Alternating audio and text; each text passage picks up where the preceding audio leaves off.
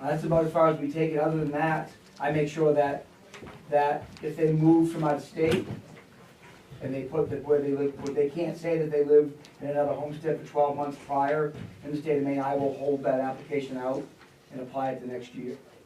Other than that, unless something's very unusual, I will accept it as written. And if we find out afterwards that they fraudulently filed and got it, received a homestead, we can abate and or supplement homestead for 10 years. The only thing in the state of Maine is different than a 3-year abatement supplemental process. We can go back up to 10 years and ask for money back if they fraudulently got a homestead. I guess what I want to point out, there is outfits that do that independently if it does become enough of a problem to have to do that. I imagine it can be pretty time effective, you know, for us, you know, to do it in-house if we have many questionable ones. Any other questions or comments?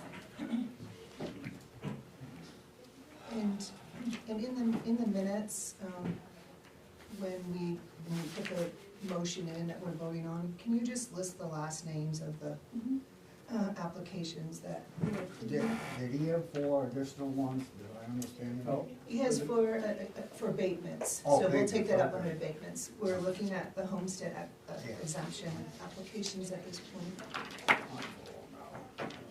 Any other questions or comments on the motion to approve the 13 of the 14 that were presented in the package? Hearing none, all those in favor? And the motion passes unanimous. Thank you. This is that would take out. Yeah, that's the one we're gonna look for. Ivan, Ivanov. yeah. I didn't know about it. And Kathy Cummins, she's been there forever.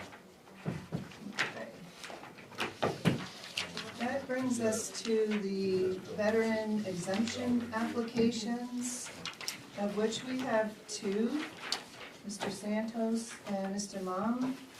And do we have copies of the DD 214s? I do have a copy of them, yes. If you want to take a look at it, George, and then pass it along. There's some personal information on that. I think that they used to get those, and then we were supposed to turn them in. Right, yes, So this, we can, we do welcome them into our packets for us to review the applications, and then we turn them in after we look at it.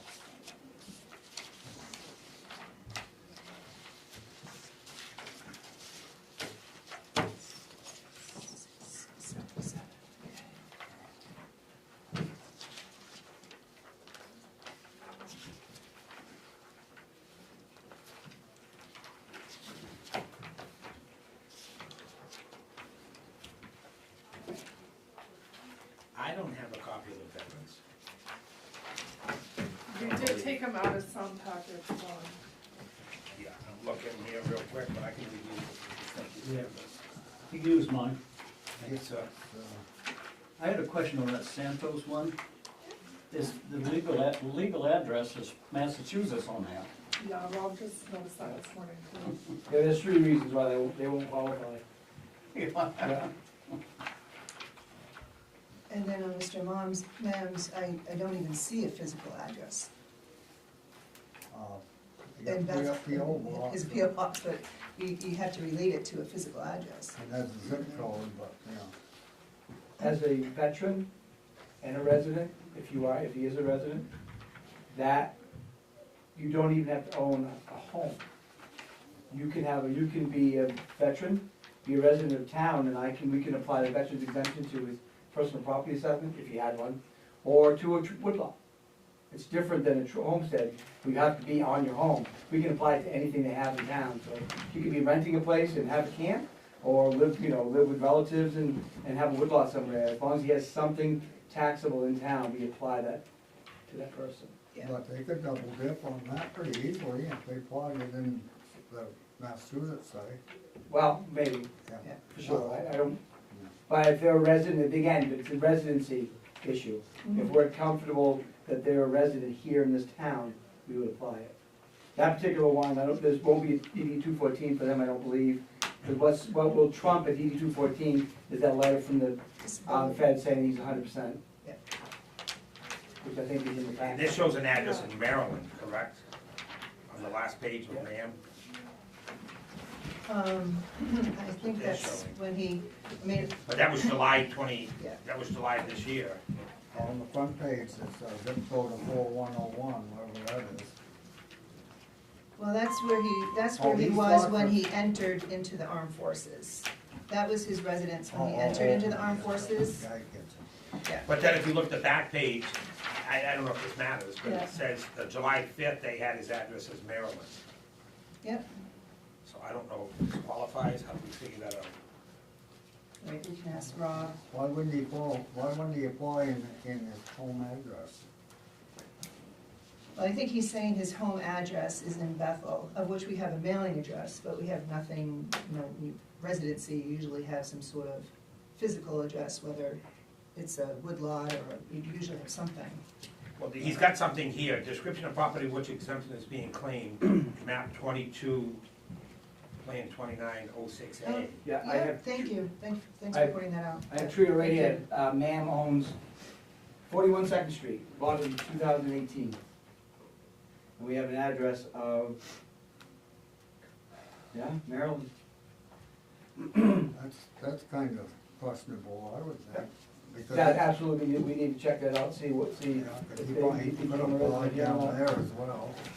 The picture I have, Gives more detail on those. We can have that back.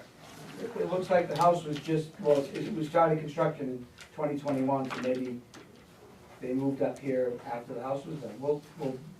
I would recommend holding that one aside, How much is that deduction, by the way? Is that 6,000. 6? 6, oh, well, up to 6, whatever our ratio is. Yeah, the four basis. Yeah, reading the permit log, our visit log, we just called a, house complete last year, and they built a garage this year, and it was done, so. Well, So they own that, I'll see if they have a residency here. they- We'll talk about it Okay. next time. Thank you, we'll pull Mr. Noms and we'll review it next time with further well, information. also, did he apply for homestead exemption on that house? I haven't seen it. Well, remember, he has to be, if you're coming from Maryland, Yeah. he's gonna have to, he can get his home, he can get his veterans immediately, he's gonna have to wait a year for his homestead. That sounds questionable. So are we waiting on Santos as well, or are And we I voting on believe, I Santos? believe we're waiting on Santos as well. because of the- Waiting for, You said you just noticed the address. well, there's three reasons why they won't get this exemption. Number 4, legal residence is Wayland, Mass, if I can read it. Reason number 2 is his time in service, started in 76, ended in 80, and that is after the Vietnam War and before the Persian Gulf. And the only way you could waive from not serving during the war period is if, under box number 10, they were receiving 100% disability service or not connected, and he put down 10, so I would deny this application for all those reasons. So I'll make a motion to deny Joseph Santos veterans exemption. Second. Are there any other questions? All those in favor? And the motion passes. And I will make a motion to table ma'am for lack of information. So we can do a little bit more. And Santos, his address on his tax bill is in that Massachusetts address as well. Okay. I'll second Ron's. Are there any other questions or comments? All those in favor of tabling Mr. Ma's application? And the motion passes unanimous. I'll write in that letter today. Thank you. Just making some notes for myself. Excuse me. Okay, that brings us to number 5, tax exempt applications, of which we have none. Then we come to abatements. The first abatement we have is the Haywood abatement, and you do have a copy in your packet, and Rob, if you could walk us through this one. So this was a double taxation of a portion of the building where, it is, I don't know if you have the valuation, but basically, they built, we picked up the living quarters open garage attached to the house at one point as just additional living space. They then made the second dwelling unit. We created the second dwelling unit, and we forgot to go back in and remove it as it was being assessed as additional living space over the garage. So that square footage of living space we taxed twice. So you're confident and comfortable? Absolutely. Yeah, I spoke to him, he asked questions, we went through the whole thing, and that's what I discussed. I'll make a motion to accept the abatement for Gary, Connie, and Christopher Hayward, in the amount of $1,062.35. Seconded. It's been moved and seconded. Are there any other questions or comments? All those in favor? Motion passes unanimous. I'll start signing that. I have the original. Oh, you do, okay. I got three signatures. All right, that brings us to the second abatement request, and that is the Hyman's request. And Rob, can you walk us through this one? Sure. Actually, I spoke to them on the phone. There's been a lot of chatter because of the factor this year, things that people may have, if something was erroneous like with this one here, and your valuations are low, you really don't see the fact that something could be overstated. And it was I spoke to them on the phone. We had this lengthy conversation about the process up here in Maine. I discovered a couple things to change. And I said, I'll be honest with you, you're asking for 15% of your value reduced mathematically to make things factually correct. I'm not getting the 15%, so you can still appeal.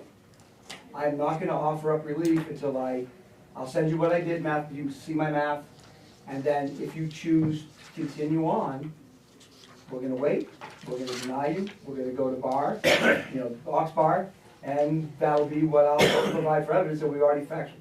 Well, let me talk to my husband about it, and after I left, I found out from Emma that she decided to withdraw the application if the abatement that I see fit was granted. So that was a little bit more than what happened in just reviewing the application.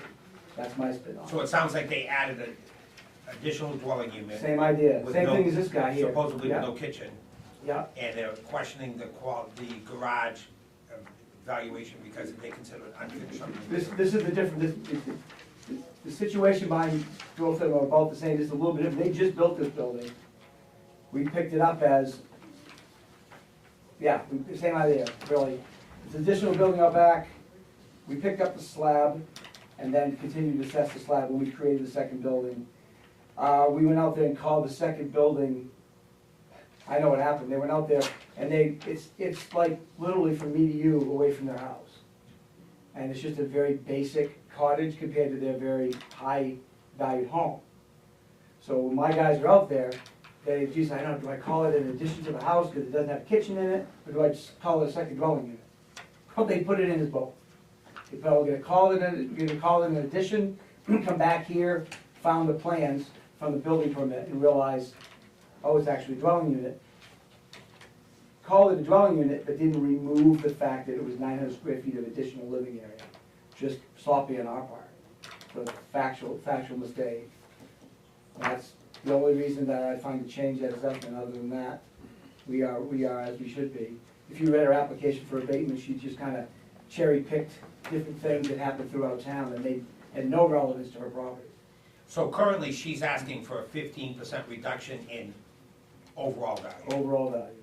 And it sounds like you assessed it at like 270 some odd thousand as a build, and she's saying she only paid 125 or 50 grand. Yeah, well, her total assessment was 1.27 million. She wanted 15% of that number. Oh. Which it doesn't sound like, it sounds like most of it's the big house. Well, she just wanted the overall value. She didn't care how we took 15% off, she just wanted 15% off. Because she was comparing, the 48% increase that everybody got, plus the additional value for the new structure that was there. That was really taxed twice. So it sounds like she's not questioning the main house. She's questioning the garage and the ADU. She did go on to talk about specifically in item number 1, but her official request was 15% off of the total value, which we need to act upon that. Land and all. So when in my actions, I realized, well, about the mistake that we made, so it ended up being a $100,000 abatement, not a $180,000 abatement. That's why you have to be careful. If we can offer a little bit of money, because it's factually correct, you partially deny the abatement, well, they have a right to go to Oxford, which is fine, but I just wanted to head the whole thing off now, because this will be the end result, no matter what. So we don't have your information? Well, it was kind of fluid, but the idea is, she withdrew the application, we have it on email, she withdrew the application and accepted the change that I made for the error that we made. Okay. So do we So not this- have to respond to this? You do not, So this right here is what you're calling her application, right, and this was withdrawn. And we have written yes. written confirmation. Yeah, that this is email withdrawn. confirmation. We got an email confirmation, this is withdrawn. So we don't have to react to it? So we don't have to do anything with this. You don't. So now you have a proposal of I have. correction, Yes, there you go. okay, and what's that? So that would be an abatement reducing the value by $100,100 to correct the double taxation of the ADA unit that we did in error this year. Which is roughly 8% of value versus Yes, that's right. 50, Instead of 50, right? So you think we should react to this one? I recommend we'll take the abatement, she'll be notified of the abatement, and she's already withdrawn, so. Okay. Right, so here you can see value reduced to correct the building assessment, and this is on the freestanding garage. And this is generated by you as correcting a mistake, Correct. Yeah. okay? And then if she wants to argue that, Right. we can Right. deal with that later. Okay. Okay? Yeah, because there's always, 15%, you've got land value, you've got the main house. Right. I mean, it sounds like she's, This amounts to roughly $1,000. And I would like to make comment of her reference to other properties, and she actually does reference my property. Yeah. And in my property, again, you're right, it's not a fair comparison, because there was last year a trio glitch where I Right. was billed twice for land, Right. so that's why you see a difference there. And you can see this is just, Yeah, and I explained to her, if you really want to contest it, you look at your property, you look at your neighbor's property, you go out from there, they try to form a fairness, they say, you can't just cherry pick. There's court cases in the state, that you just can't go down the road till you find something you don't like to prove your case. right. That's what. I will make the motion for the abatement of Michael and Sherry Hyman in the amount of $1,073.07. Second. it's been, here's the, that's. Yeah, you can't bill for $100-some a square foot. It's So it's been moved and seconded. If there aren't any other questions or comments, all those in favor? And the motion passes And I unanimously. think you guys are just rolling with it, like I said. I don't think we'll have a meeting next month, I just wanted to get these things cleaned up. Okay, I this is, thought Sharon was putting on a Christmas party. So we, Oh, that. we just signed that one, right? Oh, you got Is my this the hat and original? everything. Yep, you Okay. can sign that one. all right, you can start there. All right, then that brings us to the additional abatements, of which there are two. And I think the first one was, there were 4 properties, 1 owner. Right. Yes, I think you made copies for everybody, right? yep, I don't think copies.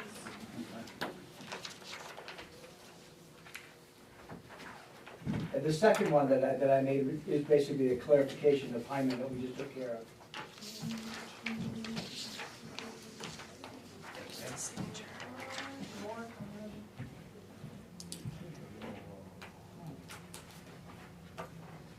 And if these applications had bared any weight, had any merit at all, I wouldn't rush them through to the board. I would take my time to figure them out and make recommendations to you, but all he's provided for evidence was the paragraph in the middle of the first page.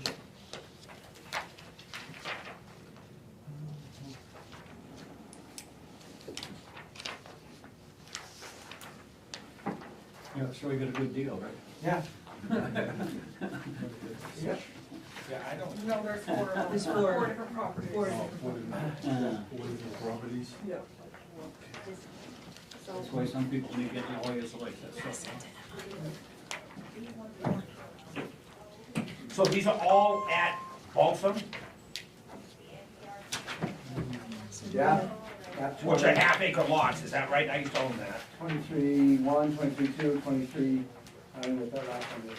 So we have the four applications, Rob. Yeah. Well, you can walk us. Are they all neighbors? Yeah, the map and lots are kind of just all mumbled together. Looks like it's map 20 lot, 23-1, 23-2, 24, and 25. He listed the amount of abatement that he wants of 14,000 on the first one. For evidence, he just uses the same argument or statement on all four of them, saying the current valuation is 50% more than the purchase price 3 or 4 years ago. This does not reflect current value of the property, does not reflect fair assessments and increases. What's this? Asking for fairness and not just he feels it's an unjust tax grant. Well, it's so far from meeting the burden of truth that it really doesn't have any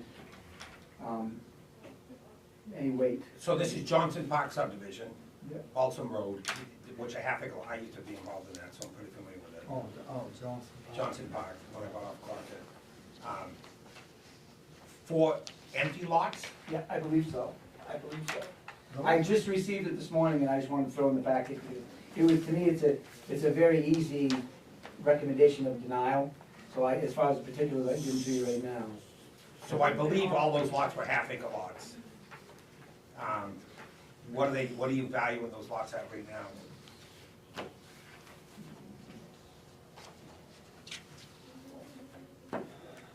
All right, the first one, lot 23-1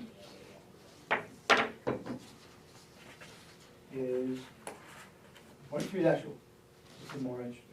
23-1 is a 6.1 acre lot with 4.5 acres in tree growth.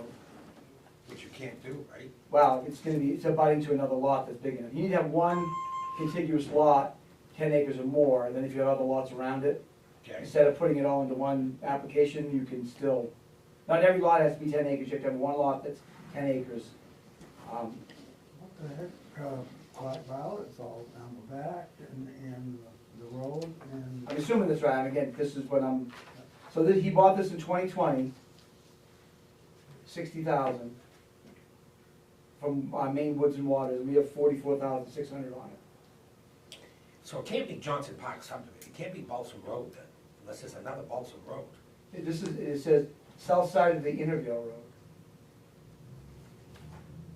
We should grab a map. Oh, Yeah, do you have a map? Yeah, I'll get a map. You have copies of their tax? That- Like I said, when I got here this morning, this is when I came in, so. On both sides, the north and, I know you own some of that.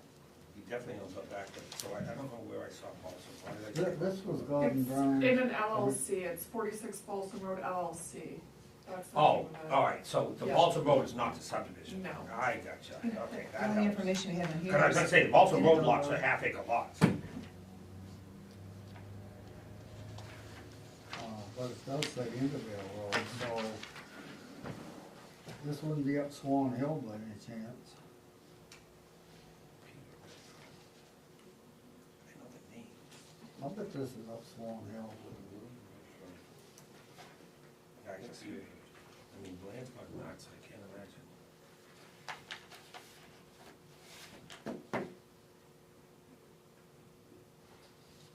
This is the first road to the left, up on Swan Hill. Yeah, that makes sense. First road on the, let me see, first road on the. Remember David had that, Going up Swan Hill, first Yeah, road. left. That's First Street. well, that's First Road, okay. Yeah, It's way up. yeah, the so end this of definitely it. isn't a Balsam. What's the half-acre lots? We have a big visual right here. There's been quite a lot of activity up there in the last few years, so Some Swan Hill lots, we just sold one the other day for $130,000. I was gonna We say. have a blood subdivision. This is the end of Intervale, it's past one, right? So it's map 20. The first one is 23-1. Up there on Chapman Hill, Cassie sold one for $150 recently on the left, that's one up the hill. Is that the guy that's That line building, right here. putting a big pond up in there? That's right at the end. It's way at the end. Yeah. That line. Well, there's a guy putting a big pond up in Yeah. there. Yeah. Do you know, There's not even. there's a guy that put power up that road. Yeah, not that far, maybe. One of them brought power down and brought it right up through. Really? Yeah, I met him up there because he wanted me to do erosion mix for his pond. That must be the mouth, that's ash. Got a little bit of road frontage. Yeah, so this one here, the first one. This one here's the second one, saying 45,000 on that one. and the sale price on that. I think the town is maintaining that road. So you've got how much valued on that? But they're both at 44 and 45,000. I mean, you can't. Because they both have some tree growth on them, because the reason we can do that is he owns this one as well. He owns 24, which is Is that? 48,000, and it's 22.2 acres, 1 acre house lot, and everything else is in tree growth.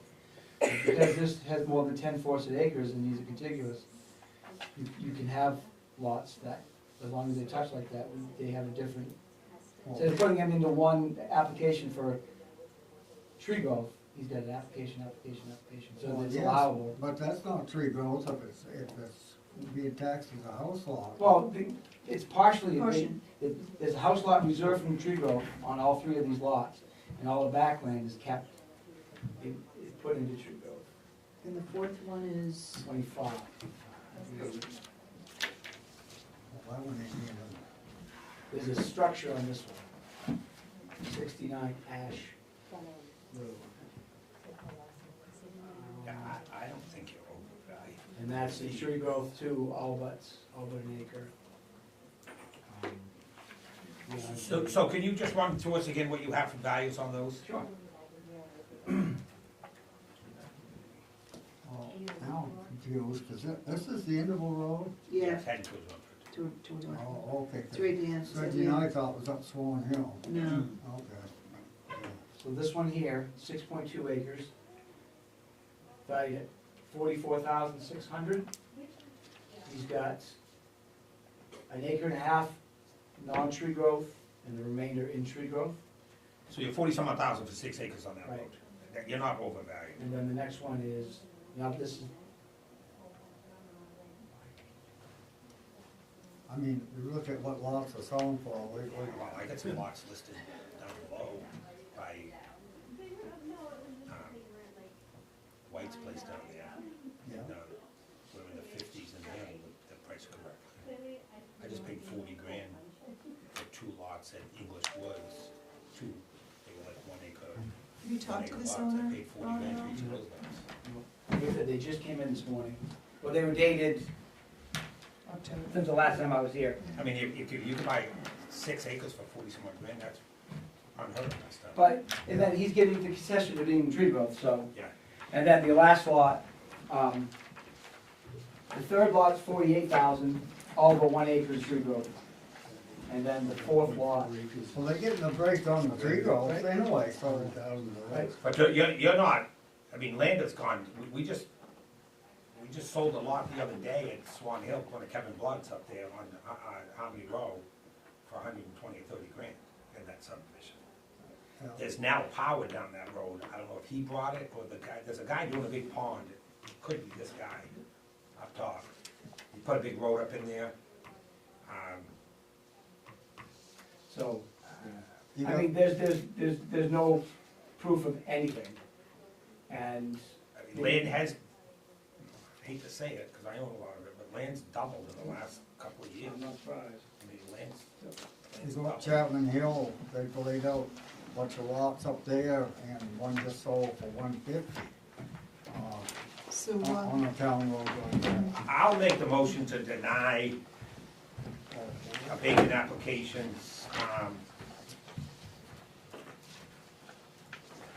what, it doesn't even have a lot on it. Yeah, they're up, trying to. 48 Balsam Road LLC, I don't know if you want me to do them individually, or, you can do as a group, just as Well, long as we name on the motion, the Right. individual. I'll make the companies. motion to deny the abatement application for 46 Balsam Road LLC on Intervale Road, And Emma can put the map and lot numbers in. She can write those in, right? Yeah. I mean, you're not overvaluing them, For a total of 4 lots. for a total of 4 lots. I'll second that. You're comfortable with the amount of information you have?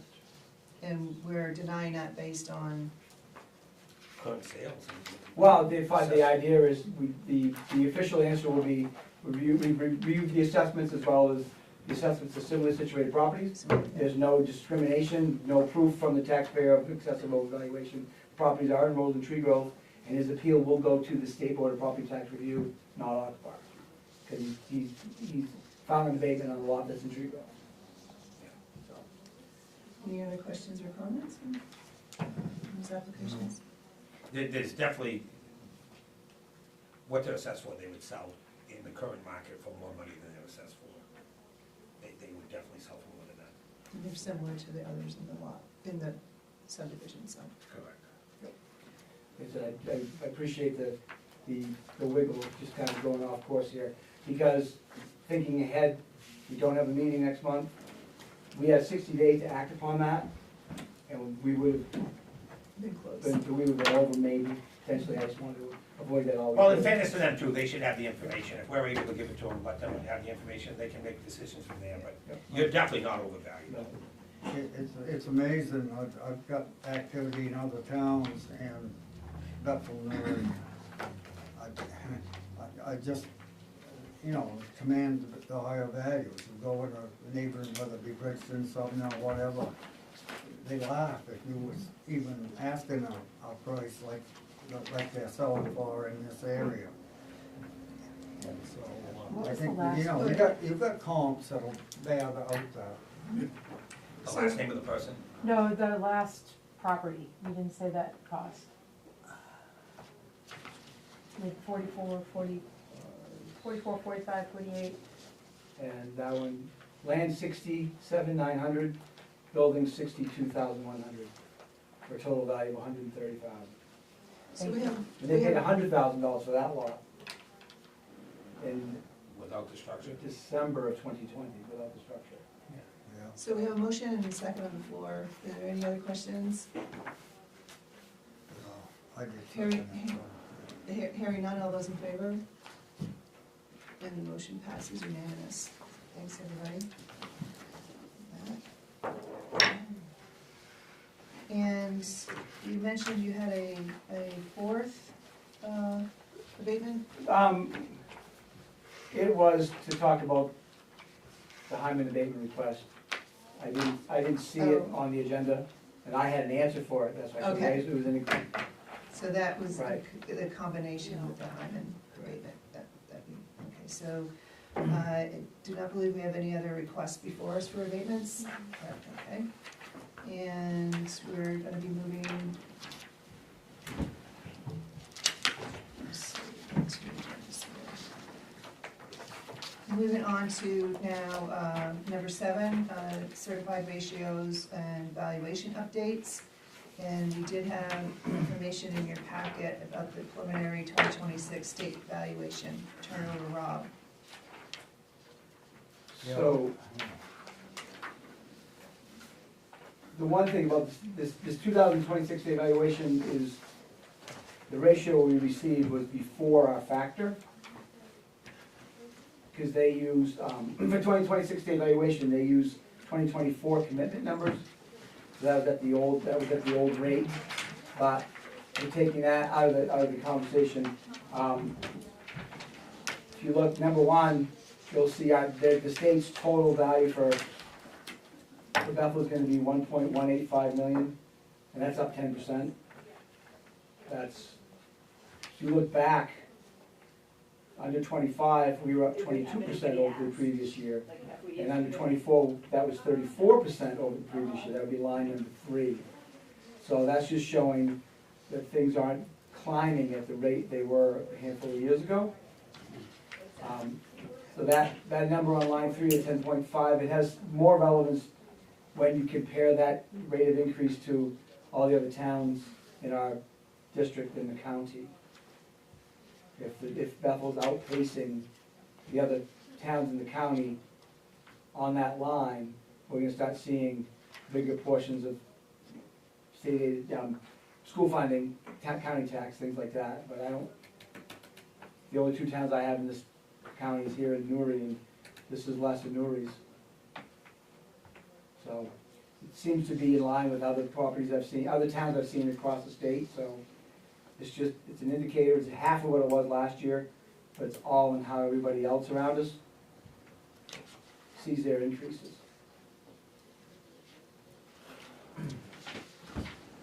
As far as volume, how does that compare?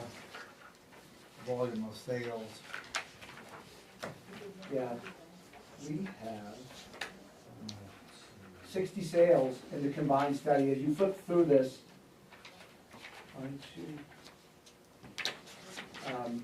3 more pages past where we were just looking. Yeah. That's the sales in town that they use to determine our ratio. You'll see this is listed as the combined study. This is all sales, no matter what they were in town, in one sales analysis. The biggest things we look at are average, weighted average and average ratio.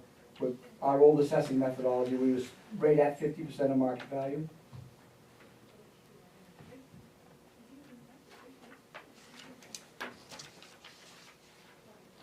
And this, and you can see the 60 sales, they run from the lowest ratio between assessment and sale price to the highest. And they just do, this is a standard ratio study.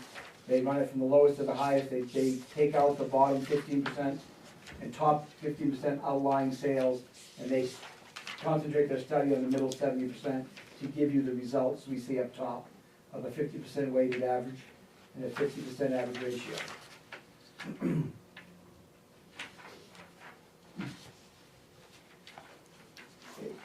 As you flip on, they did segregate the study. 2 pages down, out of those 59 sales, there were 41 residential sales. And you'll see that the ratio on those was also 50 and 51, very, very, very, very similar. Ratio done the same way. And the next page, page 28, is their state felt there was enough condominium sales to have a separate study for condos, but they're just within 1% of each other. So it just shows you that the two major groups of classifications of property here, residential and condominium, were pretty much spot on, pretty much the same ratio, which is good. That's what you want. If we had one class of property, if our overall residentials were 50 and our condominiums were 80, that would be something we'd have to think about addressing, but we have a plan for that going forward. But in the meantime, they're both the same. I don't see any, as I'm looking at the combined study on page 25, under class, everything's R and M and U. Ours are residential, M is condo, I believe, and U is undeveloped land. I don't see any commercials in there. I think it would jump out of U. I don't see any commercials in there.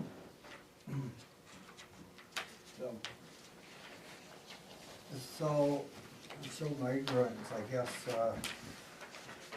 our goal was to be at 85% with the adjustments that we made on valuations this year. With this data here, have you got any idea where we're gonna be next year? No, next year's state valuation will be the indicator of that. Because to get to these numbers, they take our information from 2 commitments ago, from the 2024 commitment, which is pre-factor. When we get this report next year, that'll show us how close to the 85 we got. What's your feeling we're gonna be? That we'll be at that level, Yeah. sure. Any other questions for Rob on this? Well, people have asked me on valuations, it's such a big jump this year, what about next year? And I said, I got a feeling that we're gonna have to adjust it again. This is exempt of the 3-year work that's in progress. And so, things slowed down, but now they're picking up again. I don't know, I guess. Values are I down, couldn't give them an answer. sale prices are down. Yeah. Yeah. You can see. I mean, see something in that the would've sold for, percentages. you know, $1 million is probably selling for 900 now. But we're a year out too, so to feel the effect of that month. All right, we'll get the information I think the comes, bubble, yeah. I think we're over the bubble, we're looking down a little, it's never gonna drop. No, not like it did before. It's not gonna drop like a rock, but we're definitely going down a little bit. I think the land's maintaining and everything else is dropping a little bit. Well, and I think the reason land is holding is because people, There isn't enough of it. in some of these rural areas, just wanna get the heck out and get in a maybe more rural setting that's a little slower pace maybe, I don't know. There's not that much land on the market. Any other comments or questions for Rob? Just- I do one quick thing for you. Yep, On page 24, this is the page that has all the mathematics that the state used to come up with our $1,185,000,000 assessment. The biggest thing to focus on is the first two lines. That's our local assessment. You know, just quickly, you take residential lots, we have $107 million of residential lots. Our residential ratio's at 51%, so they take all the way over in the right-hand column, for the state purposes, they have those lots that we have at 107 million and 210 million. But you'll see in the middle, those ratio numbers, they're not the same for everybody. And the percentages that they use will correspond to what's in that first page. Just if somebody, you know, trying to fall asleep at night, they want something to read to make them tired, this is what it'll be. People ask about, you'd have to, we can contest this assessment. There's a methodology that we do. We go in front of the State Board of Property Tax Review to try to show that the state drew a wrong conclusion as well. Town's track record is they fail pretty miserably at this. But a 10% increase in this town compared to last year, what I've seen is not unreasonable. That's the reason I bring this all up. The assumptions that are made when they take those ratios are the only way to, oops, excuse me, you guys, be the only way it's solid with what they provide up front. So I wouldn't recommend doing anything else about it, but that's how they arrive at it in a nutshell. thanks, Ron. Any other questions? Any other input, Ron? Yeah, it's good information. Thank you. We're gonna move on to the other added item that we have, and that was what Emma distributed on Monday, also distributed now. Yep, Bob has a Oh, yeah. question on this. I look at Portland natural gas and the Portland pipeline, that's probably a straight, how do you, look at, valuations? You take a straight percentage, or, you know, I assume they increase in value. Yeah, the Portland pipeline gives us a declaration, like a business would for a personal property declaration, of what type of pipe it is, when it was put in, how many miles of it we have in town, if there's anything else added to it, if there's any service to any customers here, if it's just a pass-through pipeline, that's all in the declaration. We use the Marshall Swift Valuation Service to come up with that. And that's one that we have 10.9 million and 1.4 million, and the state has it less, so they actually drop our values down. So you'll see over there, they're a little bit different, but those come straight cost less depreciation methodology for those. Thanks. We haven't touched those since Bill did them, Well, nothing's changed on them, so. we accept what they, give us for information more so than what the state says, you know. All right. Thanks, Bob. Thanks, Rob. Continuing on with the 2026 assessing service proposal, which you now have. This is essentially Rob's agreement for the upcoming, it's based on the calendar year. The select board approved this agreement at its last meeting last Wednesday, contingent upon the assessor's review and not having any concerns. So, you put this before you, see if you have any questions. Sharon, you reviewed it, you're good with all that? I am, there's no change from last year, it's the same agreement, the only change is a $1,500 increase. I'll make the motion to accept the 2026 assessing service proposal. Seconded. And if there are any other questions, all those in favor? And the motion passes unanimous. Thank you. Thank you. Thank you, Rob.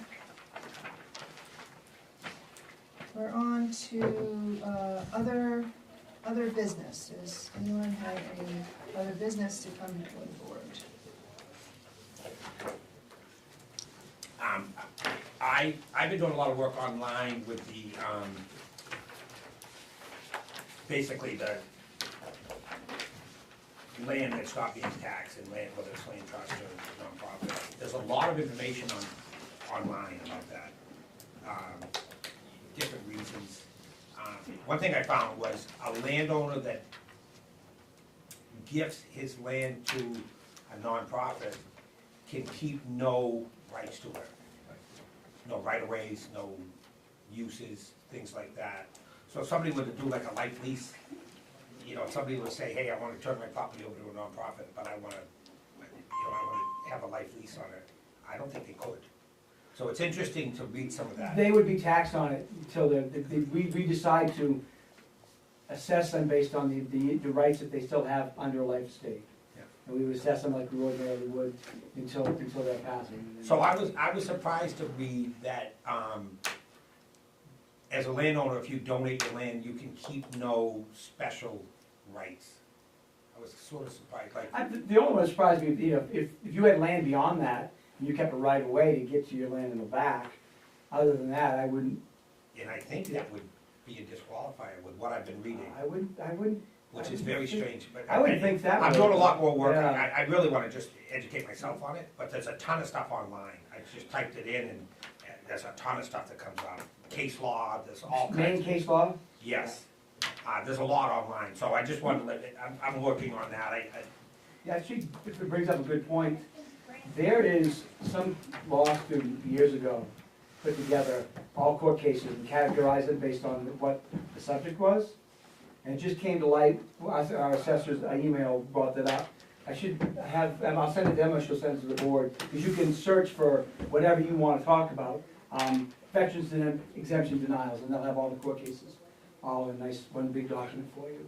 And that'd be some, maybe you've seen the same things, but, I mean, maybe it'll limit the rabbit hole you go down, because you're talking about just case law in Maine, Yeah. at one spot. There's a lot of stuff available if anybody's interested in reading it. There's a ton It's of good to know. This is very complex, because I out in Lovell, I was hauling logs off a trust.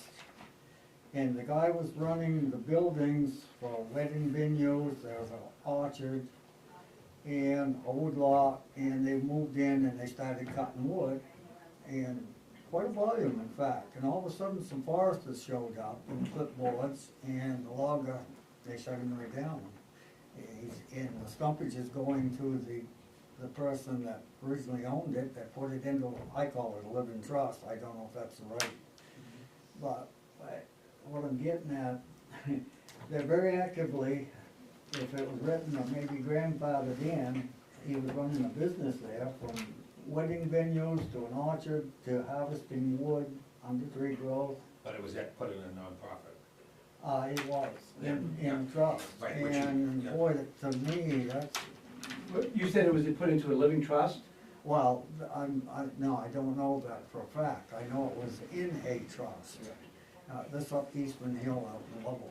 And it was a substantial farm with two sets of farm buildings, a lot of acreage, fields, orchard, wood lot.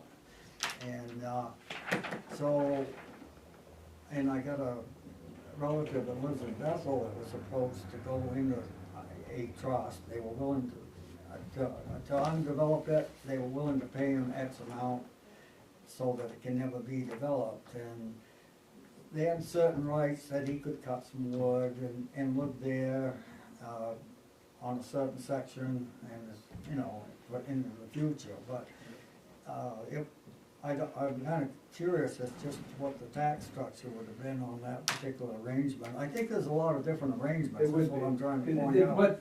But it sounds like is they gave or sold part of the development rights to this land trust. But there are still rights that they maintain, they have the right to live there, the right to harvest, things of that nature. That's something that would qualify for the open space program, Right. where the land that's been protected gets a discount depending on what the protections are. And then the part of the lot that they're able to live on, that will be assessed as a regular house lot.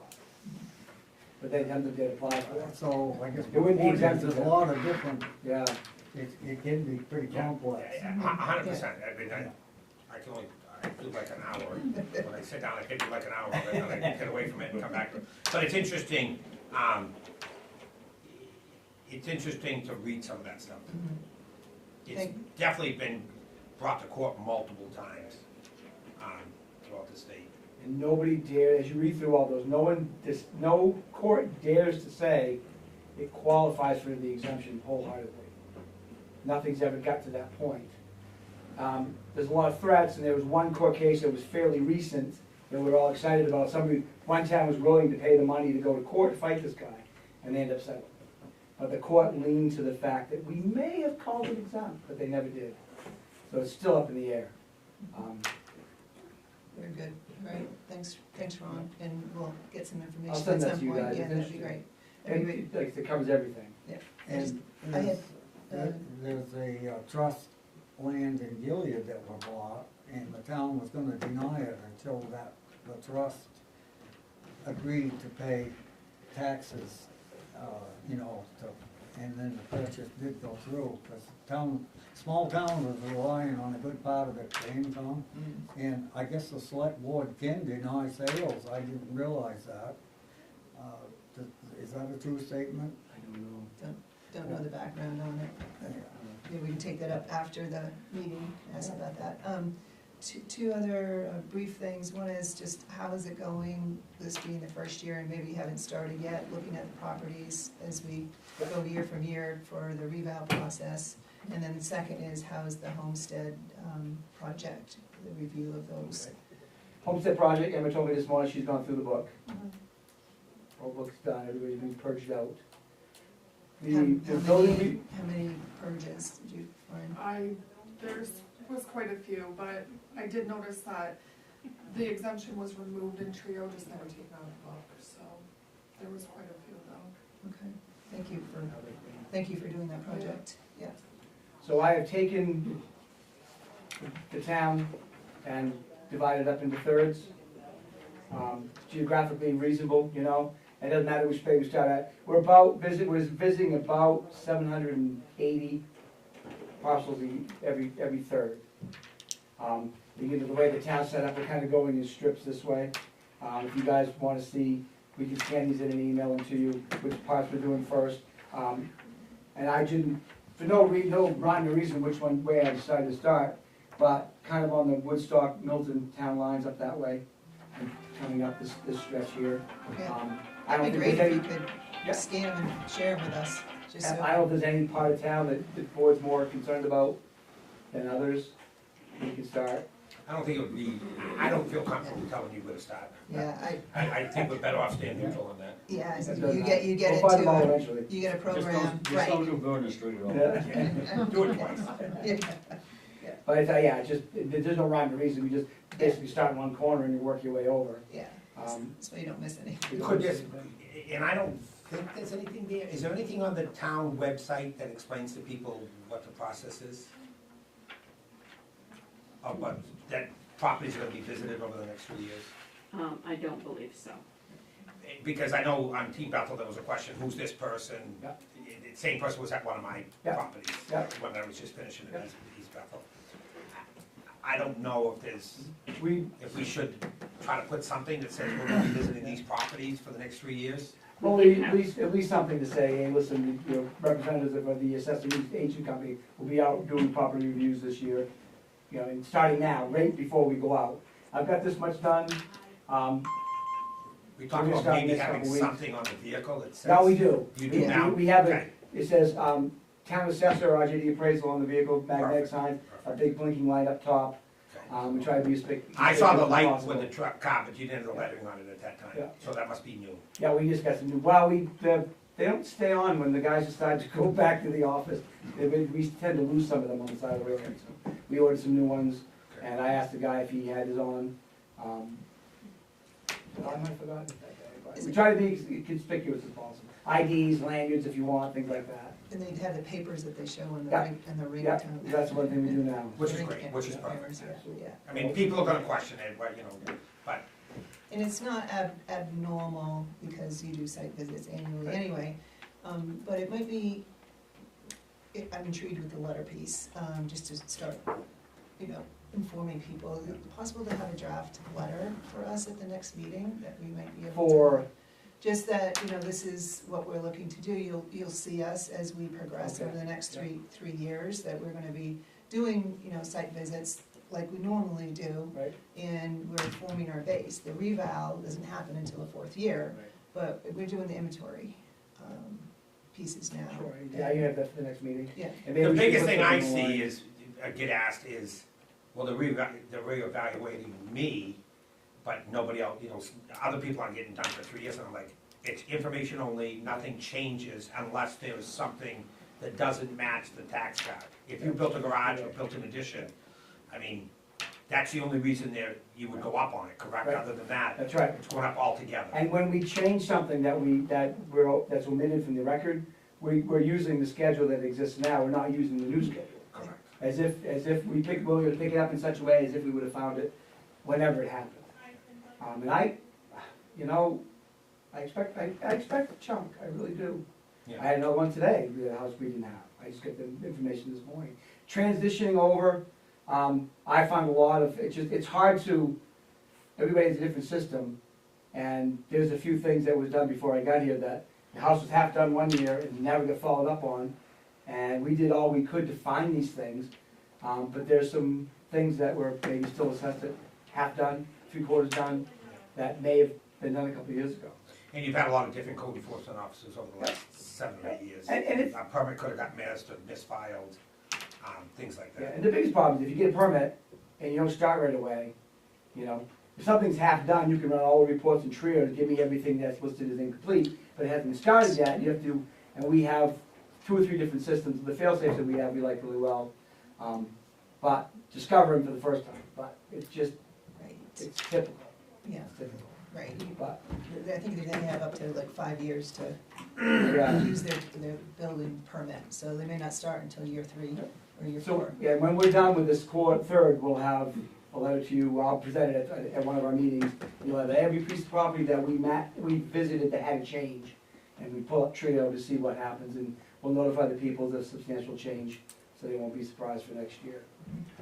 It'll be interesting to see. Thanks, thank you.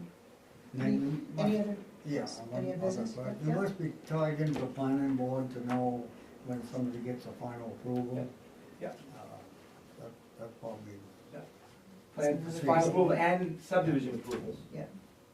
You know, And building permits. Yeah. Very good. Next meeting, do you think we would have enough business to come before the board in December, or do we wanna go to January? I would recommend going to January. Okay, January 14th is the second Wednesday. Wednesday. All right, we'll go with that unless anybody has any objection. Sounds good to Wednesday, me. January 14th will be our next meeting. Make the motion to adjourn. Second. All those in favor? And motion passes unanimous. Thank you, everybody. Thank you. Busy building houses.